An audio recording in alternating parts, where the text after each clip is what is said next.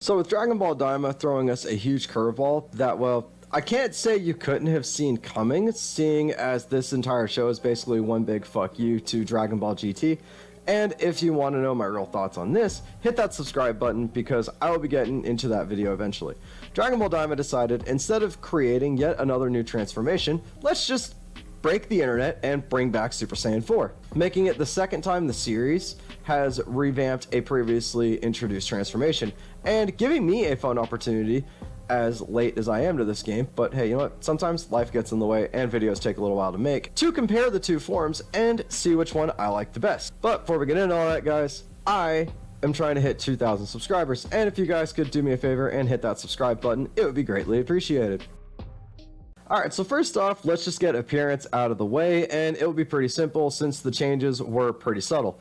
Both of the forms increase muscle mass. The Saiyans will regrow their tails if they didn't already have one. They grow fur all over their upper bodies, leaving their chest bare, and they will get rings around their eyes. So the main differences comes in the color, where the GT Super Saiyan 4 is your standard red, Daima Super Saiyan 4 more closely resembles the crimson of a Super Saiyan god. This also extends to the hair on the Saiyan's eyebrows, head, and the rings around their eyes instead of staying black like in GT.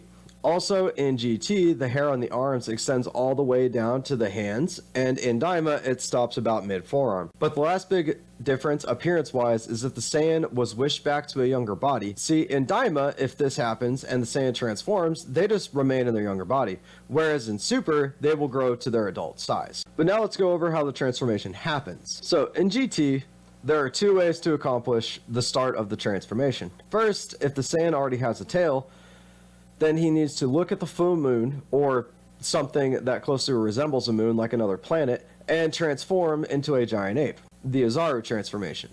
Then he must gain control over the Ozaru form. After that, they will power up in that form, sort of applying the Super Saiyan power to it and becoming a golden Ozaru.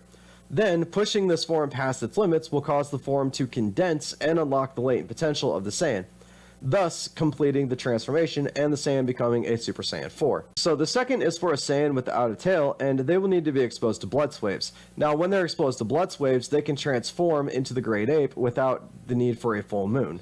And this will actually cause their tails to grow back, although it's kind of implied that it's not permanent doing it this way, since whenever Vegeta changed back, his tail kind of disappeared, or at least we don't see him with it again. So they might have to continually be exposed to blood swaves until they can maintain their tail and thus be able to complete the transformation.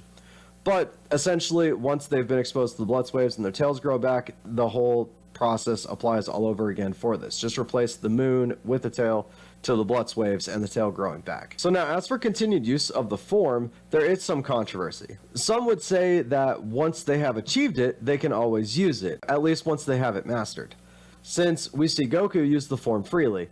But there is some evidence to say that they can't just transform, since their tails will disappear after they change back, and they will need to be re-exposed to the blood swaves, like in Vegeta's case. So let me know in the comments down below what you think there, because even in like GT, Goku changes back and Vegeta is still Super Saiyan 4 while they're trying to perform a fusion, and Vegeta just tells him, hey, go ahead and change back, and Goku's like, I can't, I don't have energy. But then when Vegeta changes back into his base form, Goku says, why don't you just transform? Vegeta's like, I can't, I haven't had enough practice to just do it. So I don't know, let me know what you guys think in the comments down below as to whether or not they just have access to the form. And Goku's also just always kind of an exception to whatever rule you can get because he's the MC, so. Anyway, so now Daima, however, did this transformation just a little differently. They treated it more like the next step in the Super Saiyan line as opposed to the Ozaru line. Goku obtained this form from the Elder Namek Neva, essentially awakening Goku's dormant power, like the Elder Namek did for Gohan and Krillin on Namek. This causes Goku to transform into Super Saiyan 4.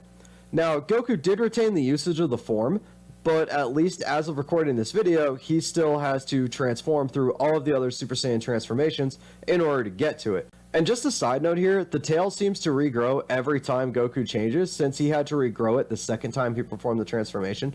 So I think we can say, at least as of right now in Daima, the transformation just regrows the tail, and then whenever they untransform, it goes away. So the tail is just a part of the transformation. And now, let me know what you guys think.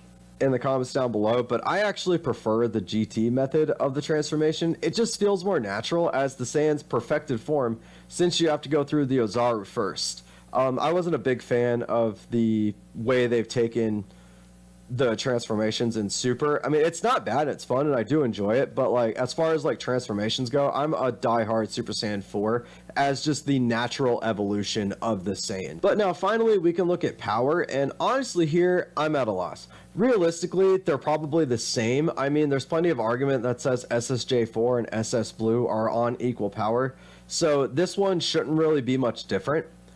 But we haven't really seen enough of the Daima form yet to, at least for me to make this call. Let me know what you guys think in the comments down below. Do you think Goma is stronger than Super Shenron or Baby? I mean, if so, then Daima might be stronger. But also, while you're down there, please remember to hit that like button, hit the subscribe button, turn on that notification bell, and let me know what did you guys think about the Daima Super Saiyan 4 transformation. And I will see you guys in the next video.